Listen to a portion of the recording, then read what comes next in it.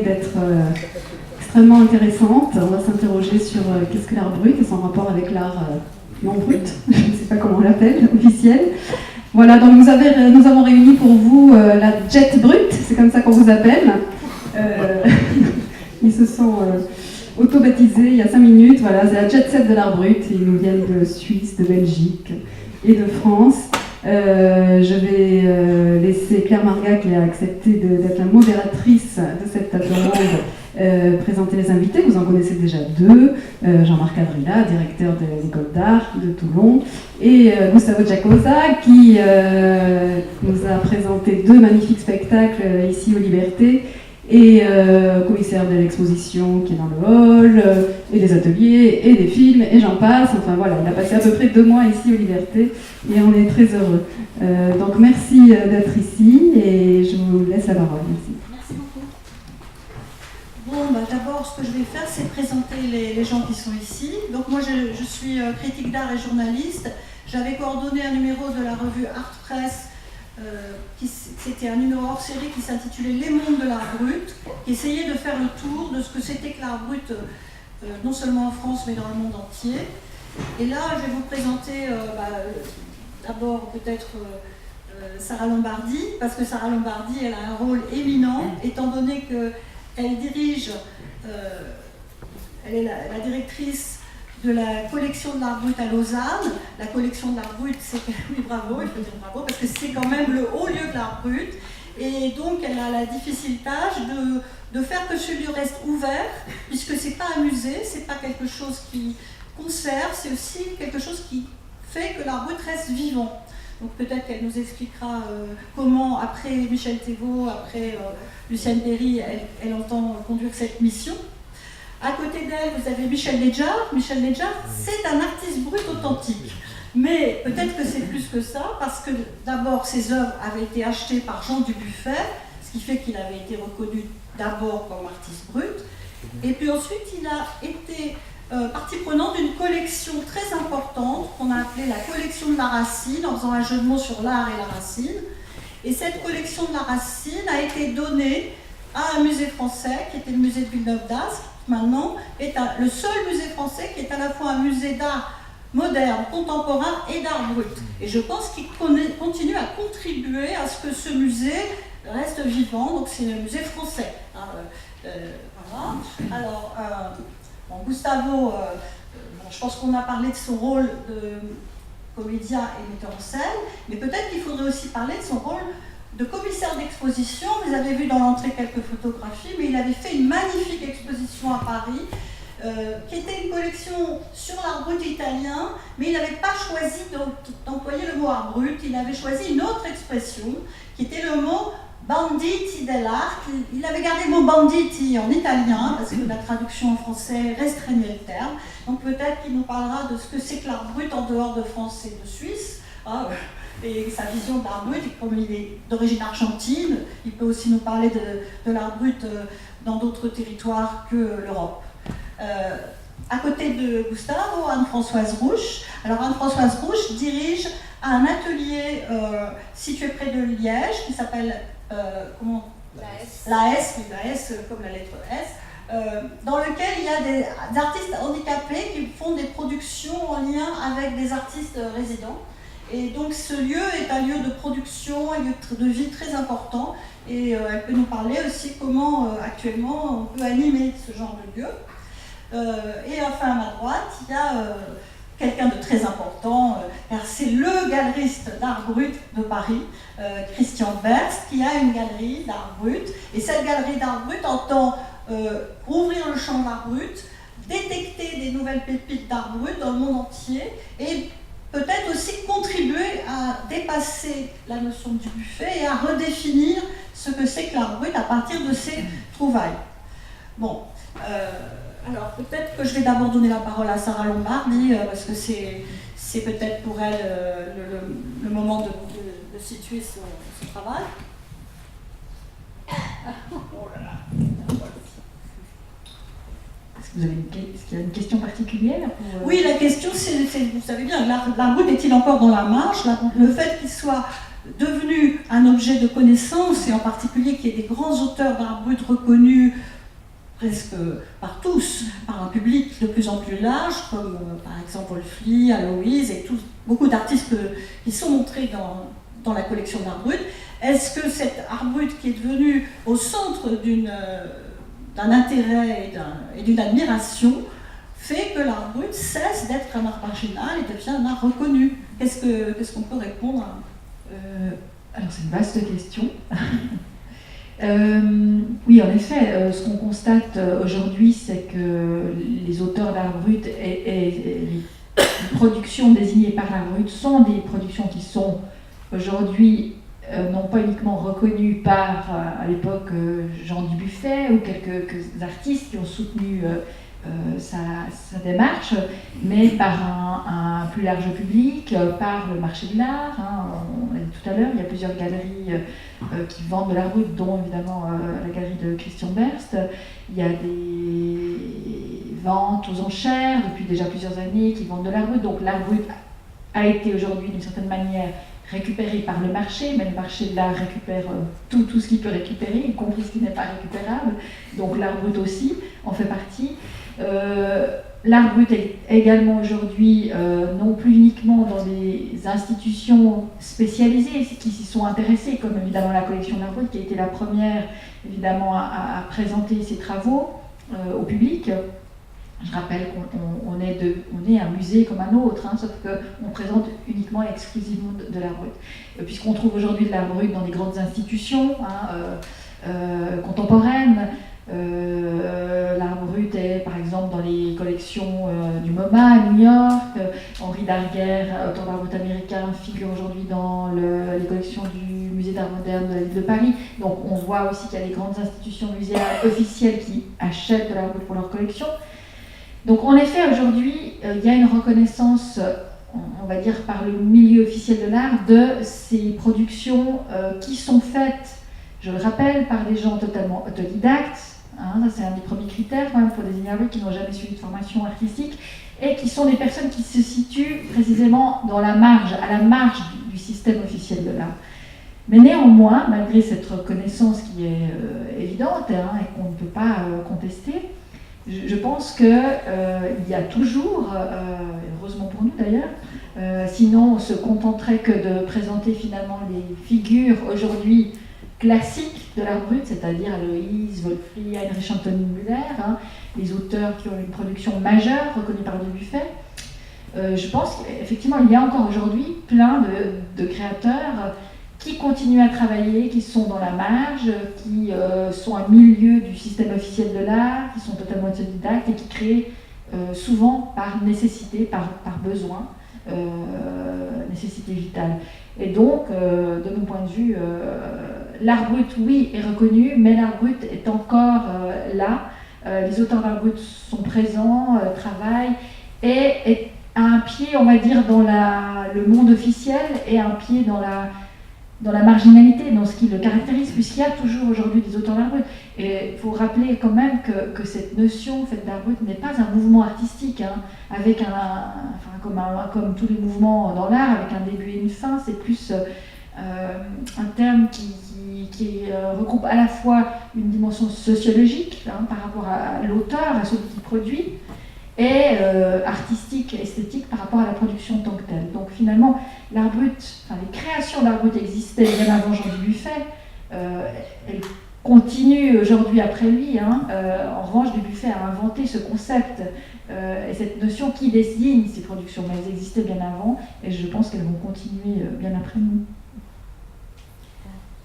Oui, donc en fait, on pourrait résumer, même si c'est discutable, que l'art brut continue sans doute d'être marginal au niveau des créateurs d'art brut, parce que ces créateurs continuent de produire en dehors de tout système et de toute reconnaissance. Par contre, au niveau de la reconnaissance, et là on va peut-être parler du marché, au niveau de leur reconnaissance, au niveau du fait qu'ils soient connus, peut-être que là il y a un art brut qui sort de la marge et même sur lequel les feux de la rampe sont finalement braqués.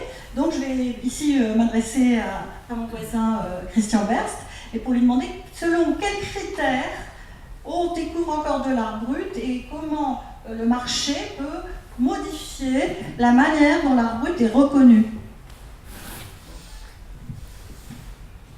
Comment le marché modifie la manière dont on perçoit les choses? Considérablement.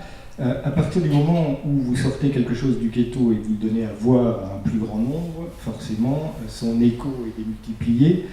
Et ce phénomène d'inclusion, maintenant, ça dépend de comment on l'accompagne, comment il se fait. Parce que le marché peut avoir des tas d'effets désastreux, mais il a des effets qui sont tout à fait positifs. Parce que beaucoup de collections se sont constituées dans le passé parce qu'un certain nombre de psychiatres, bien intentionnés évidemment, mais dépossédaient aussi les patients de leur production sans contrepartie, ça ne choque personne. Et donc le fait que ça vaille quelque chose tout d'un coup ne me choque pas non plus. Et finalement, le fait que les choses entrent dans une certaine forme d'officialité protège les artistes. Moi, de façon tout à fait empirique, je signe fréquemment des contrats avec des représentants d'artistes, que ce soit des institutions comme celle d'Anne-Françoise, que ce soit des ayants droit, etc. Et notamment quand je le fais avec des artistes qui vivent dans des institutions à l'étranger, je me retrouve à signer de mon sang des contrats avec une armée d'avocats, et les artistes n'ont jamais été aussi bien protégés, contrairement à ce qui se passait dans le passé. Donc, le marché a peut-être des effets pervers, probablement il en aura, évidemment, il y aura des hyperboles, il y aura des stars du marché, mais ces stars du marché sont fabriquées pas par le marché européen, sont fabriquées par le marché de l'art outsider. C'est le marché de l'art outsider qui est en train de pousser à la roue et fabriquer du faux brut pour justement alimenter le marché. Donc, il faut être prudent, c'est-à-dire que c'est l'inclusion de l'art brut dans l'officialité et la reconnaissance par les instances légitimantes n'est pas une mauvaise chose. En revanche, il est très important de continuer à affirmer avec force qu'il y a un socle, effectivement ce qualificatif auquel je renonce, enfin auquel je n'ai pas renoncé justement parce que le monde de l'art me dit écoute, on a compris ta démonstration, tu as raison. Il faut savoir pour ceux qui ne savent pas que Claire l'a souligné tout à l'heure, ce qui m'intéresse avant tout, je suis devenu un peu marchand par nécessité, c'est bizarre de dire ça, mais c'est vrai, parce que j'avais envie de m'occuper au quotidien de ces questions-là, et que ça a créé les conditions économiques pour le faire. Donc ça m'a conduit à publier par exemple une cinquantaine de catalogues bilingues, en faisant intervenir à 95% des non-spécialistes d'art brut.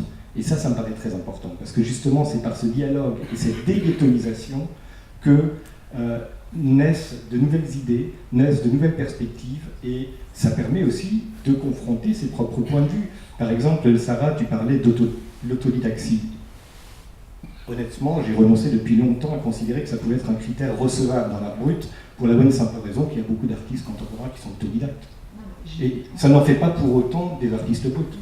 Non, voilà. Sauf qu'aujourd'hui, dans l'art, on en parlait tout à l'heure, c'est clair que le fait d'être autodidacte, c'est quelque chose qui existe dans l'art, mais je dis par rapport à la définition originale de l'art brut, c'était un des critères qui désignait les auteurs d'art brut, le fait d'être autodidacte. Je pense qu'il y a des œuvres de Desmoulins dans la collection de Lausanne, comme étant reçues comme de l'art brut. Or, Desmoulins était un médium, artiste, savant, qui avait étudié, et qui était un grand graveur de son époque, etc. etc.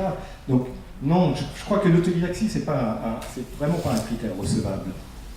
C'était un critère au départ. Moi, je parle de, voilà, je parle de l'histoire. Oui. De l'origine du concept. Mais même au départ, je crois que ce qui est beaucoup plus intéressant, c'est la question de l'altérité, de la fabrication de mythologie individuelle, de la notion, on pourrait évoquer beaucoup de notions, la réparation du monde, la résolution ou l'élucidation du mystère d'être au monde, c'est-à-dire tout ce qui finalement, de cette altérité dans laquelle se trouvent les personnes, qu'elles soient mentales ou sociales, tu l'as souligné, permettent à des personnes de restituer la fonction métaphysique de l'art.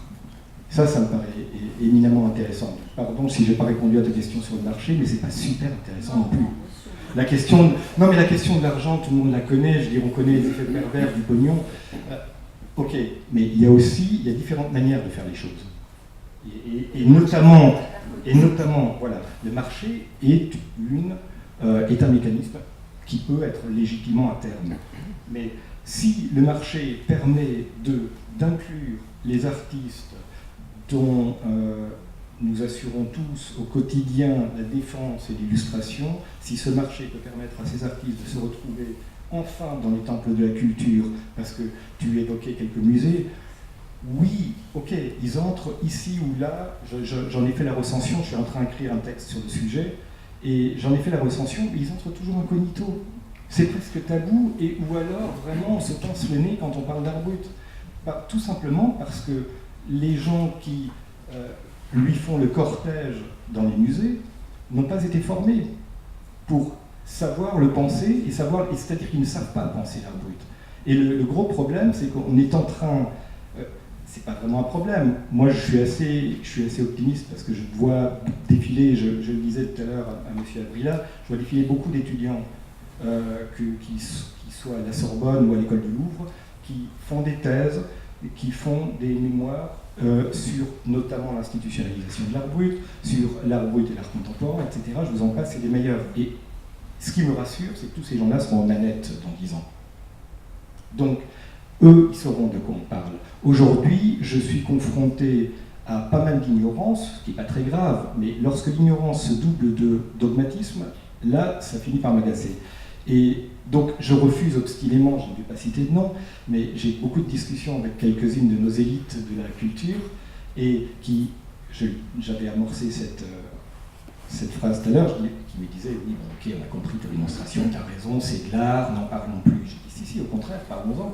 Et je ne renoncerai pas à cet adjectif pour la bonne et simple raison que si je renonce à cet adjectif, vous dispenserez de penser différemment. Et vous continuerez à penser avec vos vieux modèles. Je passe la parole parce que je suis trop là. Alors oui, bon, bah, c'est très intéressant, mais ce que je voudrais peut-être dire, parce que c'était juste une allusion que Christian Berst a fait, c'est qu'il y a actuellement l'adjectif brut et il y a un petit concurrent que Christian Berst n'aime pas du tout, qui est l'art outsider, et qui est peut-être une manière de se détacher de l'art brut.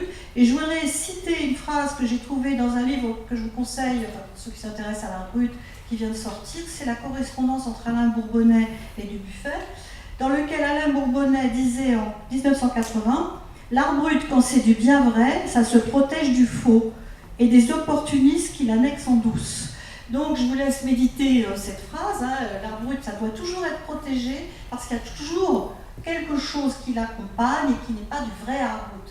Et c'est cette distinction qui doit être faite, et peut-être que là, je vais demander à Michel Nedjar, parce que c'est complexe, hein, mais peut-être que lui, en tant qu'artiste et collectionneur, il pourrait nous dire quelques mots. Qu'est-ce que tu veux que je dise? Ce que tu veux, ce que tu ressens, et qu'est-ce que je ressens sur quoi? Sur la route. Eh bien, écoute, moi, il y a quelque chose de très important dans mon existence. En 1969, dans un gros livre d'art, où il y avait de l'art, toute l'histoire de l'art pariétal jusqu'au moderne, c'était en 69, le livre a été édité en 1962. Et donc, je suis tombé sur ce livre où il y avait donc de l'art pariétal, asiatique, les modernes, les flamands, la Renaissance, et je ne sais pas pourquoi, mais à la fin de ce livre, il y avait des dessins de Souter et des dessins d'Aloïse, et peut-être un autre, je ne me rappelle plus lequel. Et moi, je suis tombé, vous savez, pour moi, ça a été un choc. Je crois que c'était, j'avais jamais vu ça. Bon, moi, je voulais toujours peindre. Je peins depuis que je suis gosse, je fais des poupées depuis que je suis enfant. Parce qu'on me dit, vous êtes un artiste. Moi, je dis, vous savez, moi, je suis artiste depuis que je suis sorti du ventre de ma mère. Donc, même ce mot artiste me met même pas dans une drôle de situation. Donc, je reviens à cette découverte de l'œuvre d'Aloïse. Il y avait marqué Aloïse Corbaz. Il y avait le titre du dessin, c'était Joséphine lançant une rose lotus à Napoléon. Dessin de schizophrène. Quand vous avez 20 ans, j'avais 20 ans, schizophrène, qu'est-ce que ça veut dire? Mais je ne sais pas mais il s'est passé quelque chose, si je sais ce qui s'est passé. Mais mon existence, avec cette image, a complètement changé mon regard sur l'art. Et quand j'ai vu ce dessin, moi j'ai reçu la rose lotus en pleine gueule. Et il n'y avait pas marqué, et ça j'y tiens énormément, c'est fondamental, il n'y avait pas le mot art brut. Donc, c'est après que j'ai su que c'était classé dans la catégorie art brut, mais longtemps après. Mais je me suis dit, si ça c'est reconnu comme une œuvre d'art, et si c'est dans ce bouquin-là, pour moi, tout est possible. Et tu as dit quelque chose tout à l'heure, Christian, qui m'a assez plu, parce qu'en même temps, là je suis en train de faire un livre avec une journaliste, Françoise Monin, et on cherche le titre du livre.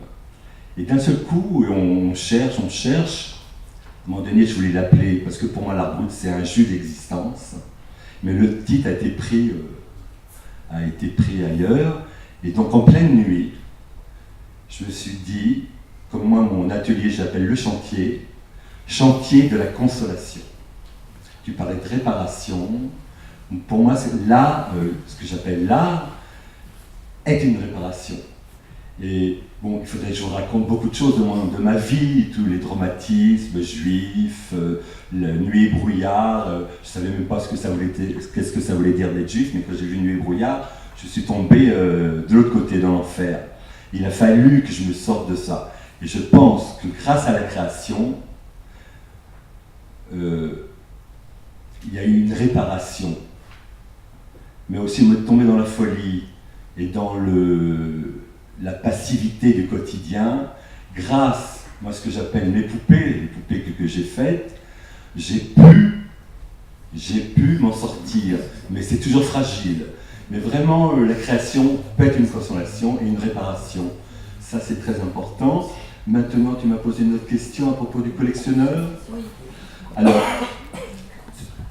Alors collectionneur, en fin de compte, je suis bon collectionneur, entre parenthèses, parce que je ne suis pas tellement collectionneur, mais j'ai rencontré donc Madeleine Lomel et Claire Teller, donc deux autres femmes passionnées de l'art brut, et elles m'ont dit un jour, est-ce que tu ne veux pas qu'on fasse une association, qu'on refasse un peu l'histoire des gens du buffet en France pour faire une autre collection. On a commencé cette collection, mais sans argent, sans rien, que de la passion et du désir. Et on n'avait vraiment pas de fric. Et moi, je faisais beaucoup d'échanges avec mes œuvres pour avoir des œuvres d'art brut. Madeleine a hypothéqué son garage pour avoir du fric, parce qu'il n'y avait pas encore... Mais on s'en foutait tellement on était passionnés. Et puis ce qui était extraordinaire, moi, j'avais accès à ces auteurs, beaucoup étaient encore ces artistes, on peut dire ces artistes, parce qu'il y avait toujours ce problème aussi, artiste, auteur. Mais ce qui était extraordinaire, j'ai rencontré ces gens. Et c'est vrai, c'était pas du tout du monde de l'académie, comme les beaux-arts, les étudiants ou les écoles. Et c'était des vies presque ordinaires, le facteur, la petite qui faisait ses dessins dans les cabinets pour pas que son mari voie ses dessins. Et tout ça, d'un seul coup, et même je disais à Madeleine, quand j'ai commencé la Racine, voilà, j'ai trouvé mes sœurs et mes frères dans l'art. Tellement que c'était... là je trouvais, pour moi, une possibilité de vivre aussi, de continuer à créer, sans le poids de l'académie. Et donc on a fait une collection pendant 20 ans, sans argent, mais après on a été quand même subventionné par le gouvernement, parce qu'on a vu le travail était très sérieux, donc le Louvre est venu nous voir, ils nous ont dit vous allez être association, vous allez garder les œuvres à l'association, mais vous allez être musée contrôlé. Ça veut dire qu'on pouvait demander de l'argent pour acheter des œuvres. Donc la collection s'est agrandie, on a eu des œuvres de qualité. Et puis il arrivait à un moment donné, ça nous dépassait, ça nous a tellement dépassé qu'on ne pouvait plus. On parlait pas anglais, on était débordés, après les visites venaient. Et donc on a demandé au Louvre de trouver un endroit pour déposer la collection quelque part. Et c'est là qu'on a atterri à Villeneuve d'Ascq, à côté de Lille. Et c'est là que la première fois, je crois, Christian, je ne suis pas dans tes recherches, c'est la première fois où il y avait un musée d'art contemporain, d'art moderne et d'art brut. Et je crois que l'art brut a été aussi avec le tapis rouge. Ce n'était ni... c'était exactement, parce qu'il y a quand même une conservatrice pour cette collection, donc c'était au même niveau.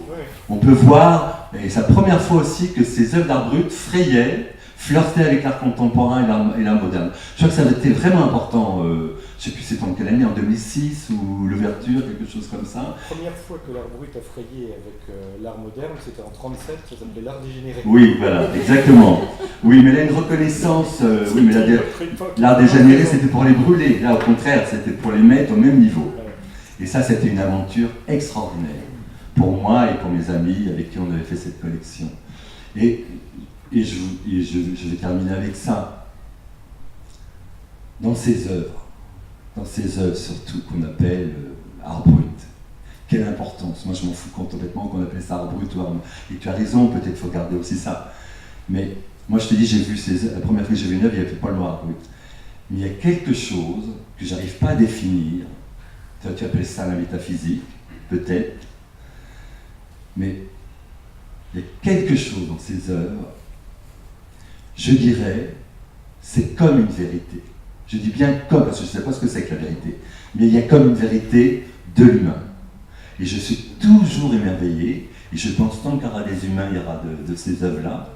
Je suis toujours émerveillé comment l'humain, qui n'a pas été à l'académie, qui n'a pas fait l'école des beaux-arts, comment l'humain, femme ou homme, avec un petit crayon de papier, sur un feuille, un cahier, un petit dessin tout simple, sans importance, maladroit, et bien moi, ça me bouleverse.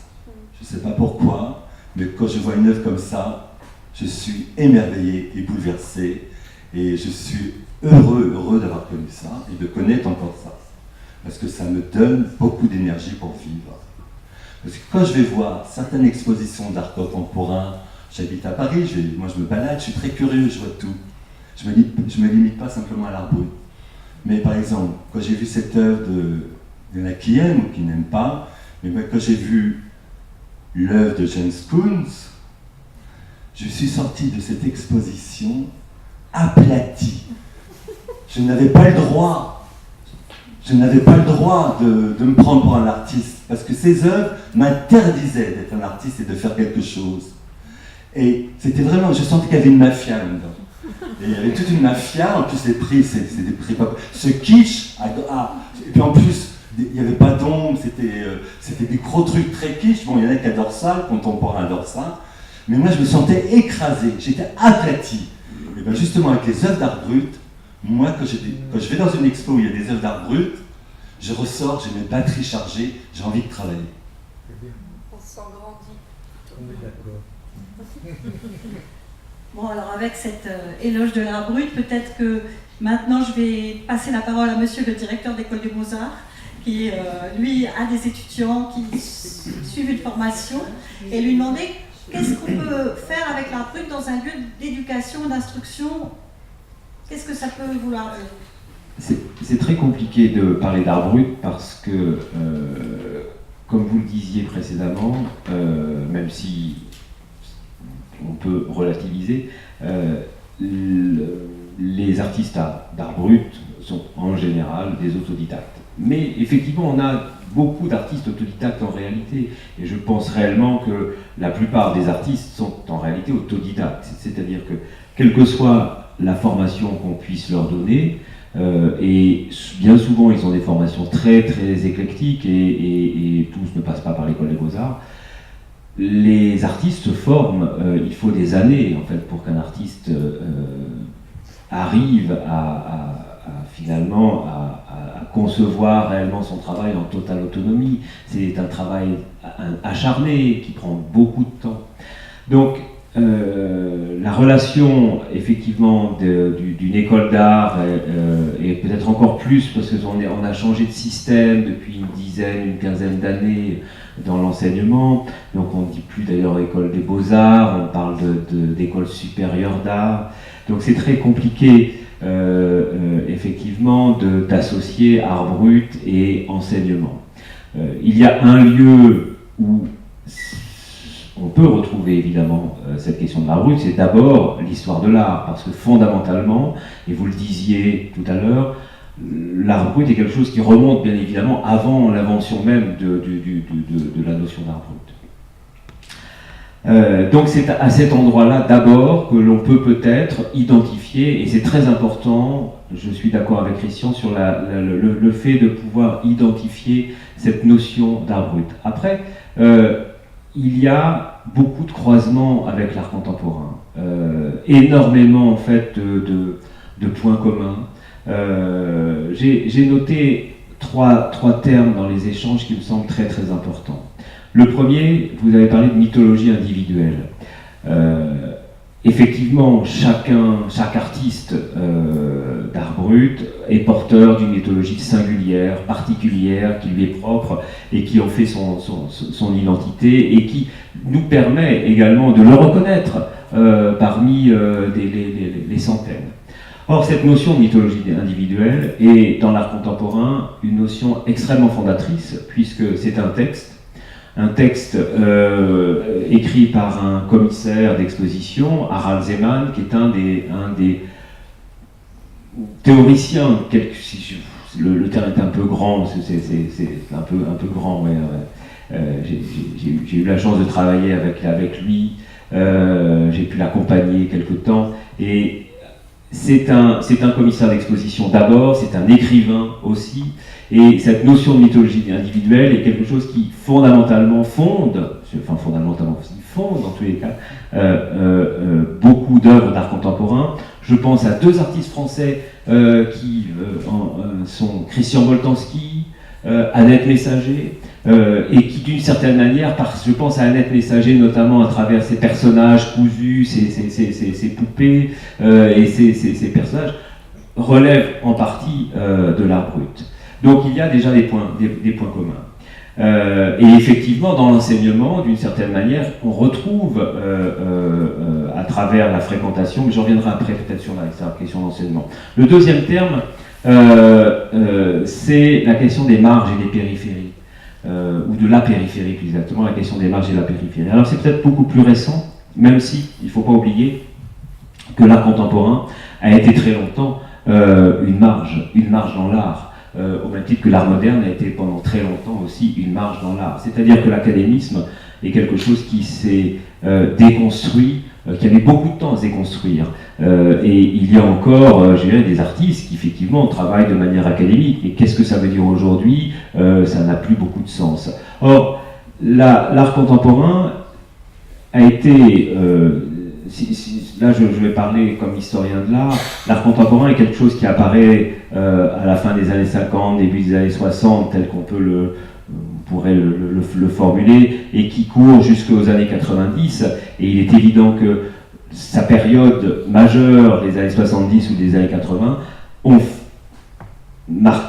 été marquées par une période de marginalité d'une certaine manière. Et c'est seulement à la fin des années 80, à travers le boom des institutions, que cet art, ce courant qui est très occidental, qui est marqué par l'Occident, est devenu un courant majoritaire dans notre esthétique et a considérablement influé sur les arts visuels d'un point de vue général.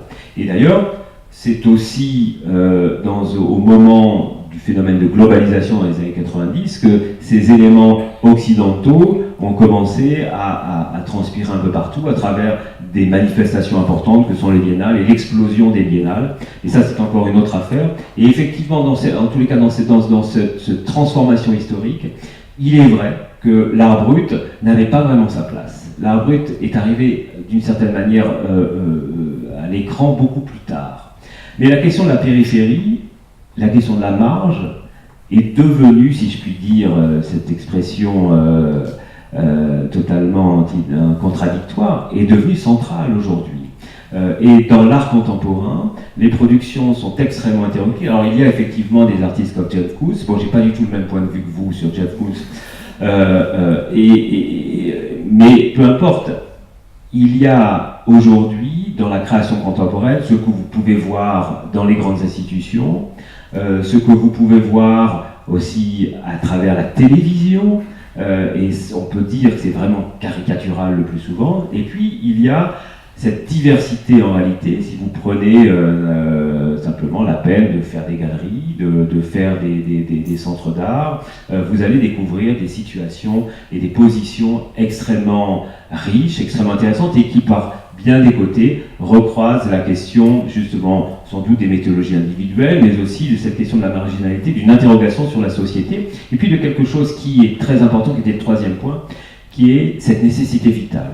Et cette nécessité vitale, elle est au fondement de la création chez tous les artistes. En tous les cas, tous ceux qui arrivent à un moment donné à ne pas l'épuiser, à la maintenir en vie pour créer. Cette nécessité vitale passe à travers des artistes de l'art brut, mais également, et je pourrais en citer un certain nombre, à travers évidemment des artistes contemporains. Et il faut dire que finalement, médiatiquement, qu'est-ce que l'on voit? À peine, je pense, moins de 10% de la création contemporaine. Donc c'est vrai que c'est assez difficile il n'y a plus de vue d'ensemble, il n'y a plus de vision. La vision globale ou la vision panoramique exactement ne donne pas une vision d'ensemble très homogène. Au contraire, c'est extrêmement hétérogène. Alors pour finir sur un dernier point, pour répondre à votre question, je pense que comment finalement cette question de l'art brut, au-delà de l'histoire, au-delà de l'enseignement de l'histoire qui est important dans une école d'art, intervient dans l'enseignement, c'est justement en choisissant comme intervenants dans les écoles des artistes qui ont cette nécessité vitale et qui construisent un travail qui n'est pas simplement un travail. Il y a forcément des artistes qui ont un travail qui se construit rationnellement ou intellectuellement parce qu'il y a aussi toute une tradition autour de cela. Mais également des artistes qui décident que leur travail a un réel enjeu métaphysique, pour reprendre le terme de Christian tout à l'heure, c'est-à-dire quelque chose qui, d'une certaine manière, réinstalle presque une transcendantalité. Je laisserai évidemment le mot à la philosophe pour... alors, je crois qu'il y a beaucoup d'artistes, enfin moi je connais beaucoup d'artistes qui finalement recoupent cette question de l'art brut. Et la question que j'ai envie de poser aujourd'hui, alors je comprends la nécessité de continuer à définir la question de l'art brut tout simplement pour pouvoir toujours avoir autant d'exigences dans le regard des responsables d'institutions qui vont constituer les collections, des responsables aussi critiques. C'est très très important d'avoir ça en tête, c'est-à-dire cette responsabilité en fait du regard, qui est une responsabilité aussi politique par rapport à notre société. C'est l'engagement en fait en général que nous avons tous vis-à-vis de l'art, et c'est très important. Néanmoins, la question qui peut être posée, c'est finalement, est-ce que l'art contemporain dans son éclatement aujourd'hui ne va pas dévorer, et sans parler du marché, vraiment en parlant de création, ne va pas dévorer la question de l'art brut? Oui, ça serait une solution. Alors peut-être, de toute façon, on n'est pas prophète, on a plusieurs possibilités devant nous. Et là, je voudrais quand même, par rapport à ce qui a été dit de l'intervention d'artistes dans une création d'art brut, je voudrais que Anne-Françoise Rouge, qui a en Belgique, à côté de Liège, une institution dans laquelle elle a fait des études d'art, elle fait intervenir des artistes, et les productions de son atelier sont des productions qui font interférer l'art brut et l'art contemporain, sans les opposer, au contraire, en les combinant de manière inventive et créative. Donc, est-ce qu'elle peut nous expliquer, toujours de ce point de vue, est-ce que art brut et art contemporain peuvent s'équilibrer, se mélanger? Qu'est-ce qu'il en est de ce lieu et de sa pratique? Alors, voilà, c'est une grande question, et c'est... en fait, moi, tout est lié vraiment à une histoire personnelle. Donc, moi, je suis aussi un peu autodidacte en la matière. Je ne connaissais pas du tout l'art brut. Donc j'ai découvert vite fait l'histoire de mon atelier. Donc quand j'étais étudiante aux Beaux-Arts à Liège, et en face du bâtiment où j'avais cours, il y avait les premiers ateliers qui s'appellent le Créam, qui était vraiment un atelier pionnier en Belgique qui travaillait avec des artistes qui ont un handicap mental. C'était vraiment une découverte de voir ces œuvres et voilà, c'était vraiment quelque chose qui m'a touchée. Je veux dire que moi, mon rapport à l'art brut, c'est vraiment un rapport de sensibilité. Et d'ailleurs, vous avez cité Harald Zeman tout à l'heure, mais il y a aussi un commissaire que moi, j'apprécie énormément, qui s'appelle Jean-Hubert Martin, et qui m'a vraiment éclairé par rapport à ma position, justement, de regardeuse d'art brut, sans avoir aucune formation universitaire. Son postulat, c'est de dire, voilà, c'est avec sa propre sensibilité qu'on peut regarder ses œuvres et qu'on peut... voilà, en être nourri et grandi, comme disait Michel tout à l'heure. Et moi, c'est un truc qui m'a vraiment apaisée parce que voilà, je me sentais du coup vraiment autorisée à travailler dans l'art brut et à apprécier ces formes de création. Donc l'histoire, c'est que du coup, moi, en rentrant dans mes Ardennes, parce que je suis au sud de Liège, vraiment à la campagne, j'ai eu l'opportunité de travailler avec des personnes handicapées. Et ça a été une rencontre qui a transformé ma vie. J'ai rencontré des personnes qui avaient des fragilités, mais qui avaient surtout beaucoup de potentialité. Et du coup, j'ai l'impression d'avoir grandi aussi avec cet atelier, d'avoir appris beaucoup de choses à leur contact. Et le postulat qui était mien, c'était de se dire, mais tiens, eux, ils ont quelque chose en eux. Ils ont ce besoin de s'exprimer. Ils ont besoin, pour reprendre des termes qui ont été dits tout à l'heure, de donner leur rapport à la vie, leur manière de se positionner dans le monde et dans leur vie, et surtout par rapport à leur énorme fragilité et à cet handicap qui est quand même quelque chose de terrible. Et à moi de voir comment je peux faire au mieux pour qu'ils puissent donner le meilleur d'eux-mêmes, et que finalement tous les obstacles qui sont dus à leur handicap, je puisse le faire tomber petit à petit. C'est un peu utopique, mais voilà, c'est un peu la route de se dire, voilà, mon rôle à moi, c'est de faire tomber tous les obstacles et de voir comment ils vont pouvoir s'exprimer au mieux et apporter leur langage, parce que je suis persuadée qu'ils ont vraiment une plus-value à apporter à la culture et à la société. Et donc dans ce concept-là, l'atelier s'est développé. Donc évidemment, pour moi, c'était hyper important de découvrir l'art brut et je veux dire, la première fois que je suis allée au musée de l'art brut, ça a été une déflagration incroyable de voir toutes ces œuvres. La première fois que j'ai vu l'atelier de Michel, tu t'en souviens peut-être pas, mais ça a été vraiment très très fort aussi. Et donc pour moi, c'est vrai que l'art brut, je veux dire, l'institution de l'art brut et les musées, c'est hyper important, dans le sens où c'est vraiment le lieu qui va aller en profondeur dans la manière de valoriser et de conserver aussi ces œuvres. Par rapport aussi au travail de Christian, moi je suis tout à fait d'accord aussi de dire que je ne vois pas pourquoi le marché sera un tabou, parce que toujours dans l'idée de la reconnaissance et de cette manière d'essayer de leur donner une visibilité, je pense qu'ils ont tout à fait le droit d'avoir aussi une part de marché quelque part, et de vendre leurs œuvres, ça fait partie de leur reconnaissance, et que c'est pas parce qu'ils ont un handicap, une fragilité, qu'on doit passer à côté de ça et de vouloir les protéger, tout ce qui voudrait dire de nouveau recréer vraiment un enfermement. Pour moi, l'enfermement, c'est la pire des choses qui pourraient leur arriver. Et donc du coup, effectivement, le marché, ça fait partie de la reconnaissance. Et comme disait Christian, évidemment, nous, on fait de nouveau le lien, on fait l'interface pour que ça se passe au mieux. Tout ça pour arriver à la question de Claire. Donc toujours dans cette réflexion de voir ce qu'on pouvait apporter à ces artistes, le fait aussi qu'on était dans cette campagne isolée, qui n'a aucune structure culturelle à disposition. Je me suis dit, bah, tiens, c'est vraiment dommage que ces artistes-là n'ont aucune possibilité de rencontrer d'autres artistes, de vivre des expériences collectives, de partager de faire tout un tas de projets, comme tout un chacun, comme tout artiste a le droit de faire dans sa vie. Et comme on a hérité d'une ancienne caserne militaire avec pas mal d'espace, l'idée était de faire venir des artistes, et puisque nous on n'avait pas les structures, on n'avait pas la culture à disposition, ben on l'a fait venir chez nous, et c'est comme ça qu'est venue l'idée de faire des résidences de mixité. Alors l'idée, en tout cas à la base, c'était surtout pas d'inviter des artistes contemporains qui soient des professeurs et qui viennent prêcher la bonne parole à nos artistes. C'était plutôt de se dire, tient à comment est-ce qu'on pourrait imaginer un partage de compétences avec des gens qui ont des langages différents, qui ont des parcours de vie différents et qui pourraient ensemble créer peut-être une nouvelle forme de langage commun qui pourrait leur apporter voilà, une expérience de vie tout au moins, puisque ce projet pour moi il est aussi humain qu'artistique. C'est absolument impossible de détacher l'un de l'autre.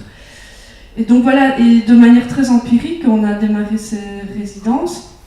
Au départ, il y a pas mal de gens dans l'ancienne génération de l'art brut qui m'ont prise pour une cinglée en disant « mais c'est pas possible, tu vas pervertir la création de tes artistes, il faut les laisser enfermer, s'ils souffrent c'est encore mieux, il faut surtout pas laisser, leur donner un épanouissement parce que la souffrance va quand même profiter à la création ». Et pour moi, je trouvais ça absolument insupportable à entendre.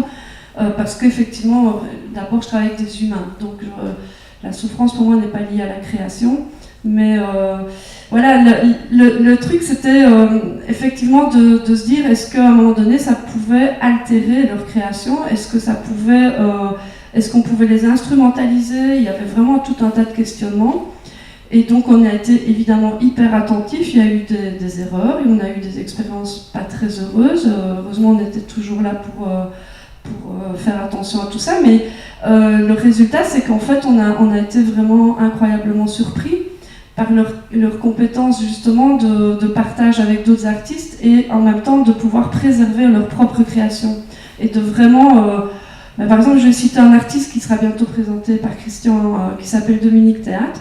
Dominique il a une création incroyable, hein. On a vu le nombre d'œuvres, il a lui pour le coup vraiment beaucoup de mythologie personnelle. Mais c'est quelqu'un qui participe à des projets de création, qui fait par exemple de la bande dessinée, qui fait de la photo, qui fait des films, mais ça n'a jamais dénaturé sa création personnelle, qui est vraiment quelque chose d'absolument vital pour lui, mais au contraire, ses rencontres avec d'autres artistes, humainement déjà, lui ont apporté beaucoup plus de confiance en lui, et la reconnaissance et l'épanouissement, voilà, ça c'était vraiment quelque chose d'hyper important. La deuxième chose qui est importante par rapport à on parle d'art contemporain de manière générale, il faut dire qu'à l'AS, nous on a d'abord travaillé plutôt avec l'underground. Parce que tout le milieu underground, pour moi, et le milieu punk même, c'était les gens qui ont été les plus accueillants par rapport à notre projet.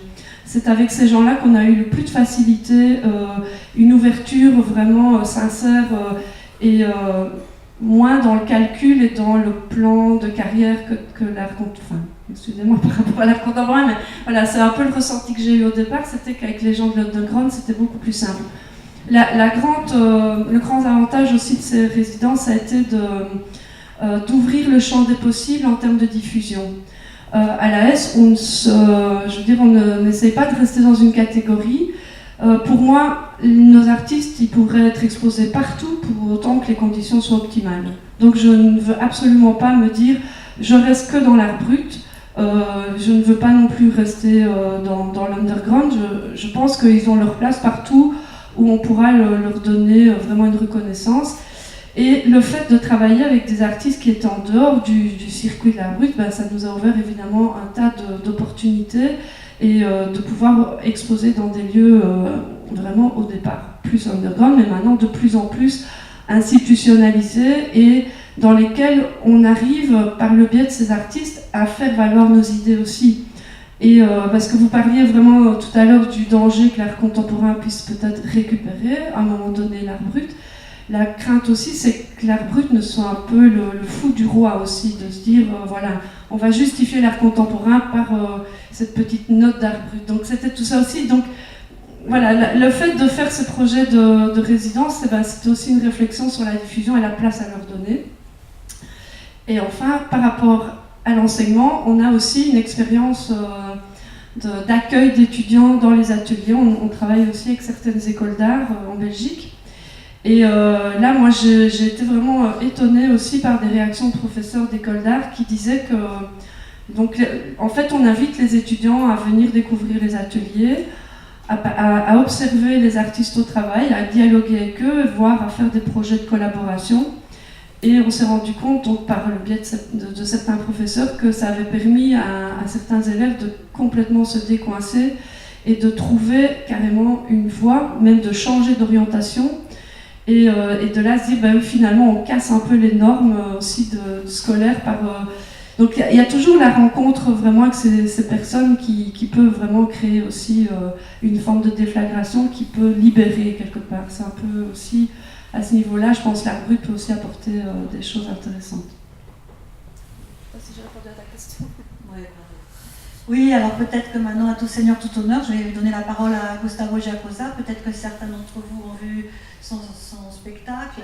Et je pense que ce qu'il faudrait demander à Gustavo Giacosa, c'est dans quelle mesure, en tant que passeur, il a voulu toujours que l'art brut devienne quelque chose de compréhensible et d'intelligible, par exemple en tant que commissaire d'exposition, mais aussi dans son spectacle récent sur Nanetti, où il donne la parole à cet homme qui était enfermé, qui a justement gravé sur des murs. Donc ce rôle de passeur par rapport à l'art brut, dans quelle mesure... je crois que l'adjectif important, c'est le mot vital. Hein. Dans quelle mesure cette vitalité, cela anime son travail en tant qu'artiste qui n'est pas un artiste brut, mais quelqu'un d'extrêmement cultivé.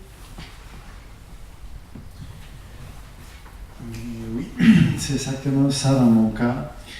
Claire me connaît bien parce qu'il a suivi un peu tout mon parcours dans les théâtres, dans mes expositions, et donc tu as évoqué le mot vitalité, une vitalité désespérée comme pour Pasolini. Donc comment cette vitalité qui est au cœur, vitalité voire nécessité qui est au cœur de la création brute, peut être aussi quelque chose que nous, les artistes contemporains, je suis un artiste contemporain des arts vivants, mais je me considère un artiste contemporain, pouvons nous emparer, non? Nous qui, entre guillemets, disons d'avoir tous nos frites dans la tête, dans les sachets, dans les mêmes sachets, même, comme diraient les Belges, même si je m'en doute un peu, mais comment justement, moi j'ai ces doubles, c'est la question de cette dualité en moi de savoir et de ne pas savoir. Donc je me suis rapproché à l'art brut pour une question relationnelle. En fait, ici est évoqué aussi plusieurs fois par un rapport viscéral, par rapport à un rapport personnel. Moi, les miennes, c'était celle d'avoir rencontré des personnes en situation de handicap au sein de la compagnie des Pippo del Bono, que vous avez pu voir aussi dans les scènes du Théâtre Liberté, et d'avoir, même entre mille guillemets, découvert certains de ces acteurs, certains de ces comédiens qui à l'époque dormaient dans des dortoirs publics à Naples, et me rapprocher à ça d'une façon viscérale, voilà. C'est-à-dire créer une œuvre d'art avec des personnes qui provenaient d'un milieu dit par la société défavorisée. C'est une question, c'est quelque chose qui a questionné profondément ma formation et ma forme de voir l'art. En fait, Michel Méjard dit ma rencontre avec Aloïse, il a profondément changé ma vision sur l'art. Je peux dire aussi que mon rencontre et le fait d'avoir créé des spectacles avec certains artistes en situation de handicap ou provenant du milieu de la psychiatrie a profondément changé ma vision aussi de l'art. Donc c'est un rapport d'empathie forte. En fait, Philippe Dejean dit que les gens de la rue sont des passionnés. Oui, c'est tout à fait vrai. On est tous, par notre vie, et chacun, des passionnés, des gens habités par quelque chose qui nous transcende. Et ces personnes-là, ces artistes-là, nous mobilisent, nous font bouger sur la chaise. On est en quête quand on est en relation avec eux. Et c'est ça qu'on cherche. Et c'est ça qu'on cherche parce que ils sont au cœur, comme disait M. Abrila, de cette nécessité vitale. Ils sont au cœur aussi d'une maîtrise du temps. En fait, vous le disiez tout à l'heure, l'artiste fait tout un parcours pour arriver à se donner, pour trouver son autonomie. Autant que ces artistes-là, ils ont trouvé, je peux dire immédiatement, ils ont suivi aussi un parcours, mais ils sont au cœur directement de son autonomie et de la maîtrise de leur temps. Autant que nous, on doit faire tout un parcours qui amène des années vraiment très très très longues pour arriver à trouver notre propre chemin. Aujourd'hui, Michel me regarde et me dit « Ah, maintenant je peux te voir ». Il me dit « Maintenant je peux te voir ». Parce que tu es là en train de chercher. Et je dis « Oui, peut-être que maintenant tu peux me voir parce que je suis un long parcours de sédimentation où il y a la tête, où il y a l'esprit, on cherche à comprendre. À un moment donné, on cherche de laisser de côté la rationalité, de suivre l'exemple de l'art brut. Mais comment? Si toujours on pense, on aime la lecture, on aime la littérature, on aime voir des films. Alors comment, en tant qu'artiste, on peut prendre ça? Nous, dans les spectacles de Nanetti qui ont été créés ici aux Libertés, moi je ne sais pas qu'est-ce qui s'est passé, mais il s'est passé quelque chose dans mon parcours d'artiste. Là, j'ai ressenti que j'ai déclenché quelque chose, que j'ai brisé quelque chose à l'intérieur de moi, et que finalement, je suis arrivé par la trahison, parce que je sens que j'ai trahi l'histoire de Nanetti et son histoire, personnel par le biais de la création, parce que j'ai ajouté des choses, j'écris des textes, j'ai fait des scènes cabaret fous, mais avec tout ça et grâce à ça, j'ai trouvé quelque chose de moi que je ne peux pas nommer. Et là, je trouve quelque chose qui est intéressant quand je dis je ne peux pas nommer, parce que Dubuffet, au départ, il disait l'art brut, c'est un art qui ne connaît pas son nom. On n'arrive pas à nommer qu'est-ce que c'est. Ils n'arrivent pas à se donner son propre nom. Et là, il y a quelque chose d'intéressant, qu'on n'arrive pas à donner les noms aux choses. Quand on nous échappe, et on ne sait pas. Je ne sais pas pourquoi j'ai fait ça. Il y a une nécessité en moi. J'ai trouvé un nez rouge, j'étais dans la poubelle, j'étais dans la rue, je l'ai récupéré. J'ai ressenti que ça, il me donnait quelque chose, une sorte de personnalisation. On peut faire des conjectures, on peut faire des analyses, mais qui me convenaient et qui en même temps, je ne peux pas expliquer. Alors voilà, nous sommes des hybrides, parce que voilà, on est à moitié, non? Mais pour moi, c'est une grande leçon de vie, c'est de la route, et je cherche toujours d'être près de ces artistes. C'est pour ça que je dis toujours, ce sont des bons compagnons de route, les artistes d'art brut aux artistes d'art contemporain. Parce que ce sont des artistes qui comme on a eu cette chose immédiate d'arriver au cœur du geste créatif, au cœur de la création même, nous, sont des maîtres qui nous inspirent. Voilà, moi je dis, j'ai envie toujours de voir Michel, de visiter son atelier. Même si on parle des autres choses, on déconne beaucoup, on rigole, on parle de tellement des autres choses. Mais près de lui, moi je sens quelque chose qui me met un peu dans la bonne route. Voilà, parce que la tête d'un artiste d'art contemporain suit le monde, les pensées, suit beaucoup de choses. Et puis, à un moment donné, on se perd, et on a besoin de tomber, vraiment de se retrouver vraiment en bas. Et en fait, c'était très intéressant. On a joué La Maison récemment à Château-Arnoux, et quelqu'un du public à la rencontre a dit ces spectacles sont comme un tourbillon, une spirale qui monte, et finalement il tombe. Il y a un moment où il tombe, et non, il se pose quelque chose. Et là, je dis, c'est juste très intéressant parce qu'il rapproche un peu l'art baroque à l'art brut.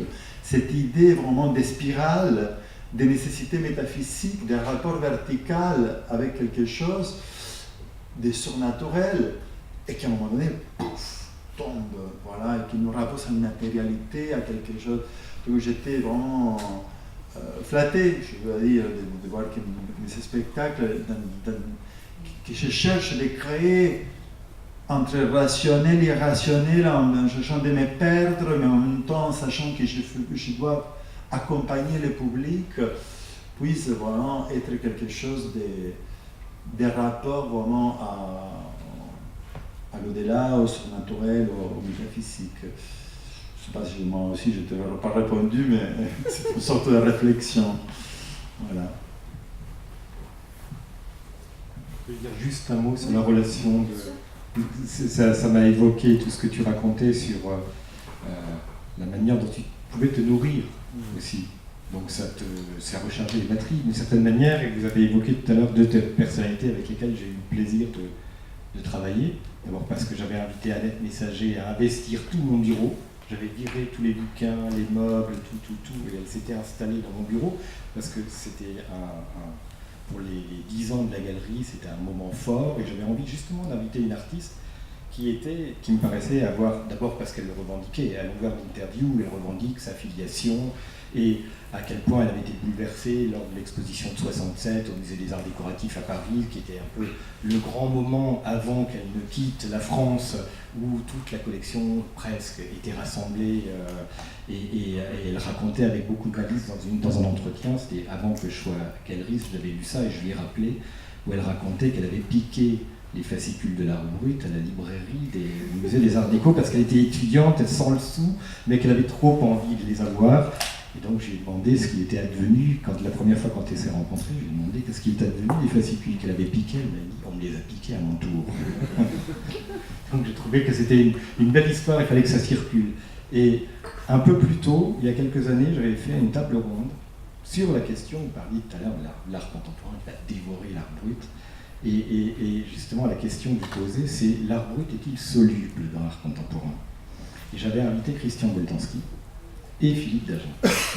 Et Boltanski, et ça c'est Gustavo qui m'a fait repenser à ce moment, Boltanski à un moment donné, il a pris une longue inspiration, il a dit finalement, ce qui nous différencie avec ces artistes-là, c'est que lorsqu'on joue aux cow-boys et aux indiens, on a une coiffe, on a un chapeau, et quand notre mère nous appelle pour aller dîner, nous, les artistes, nous enlevons la coiffe et le chapeau, eux, non, jamais.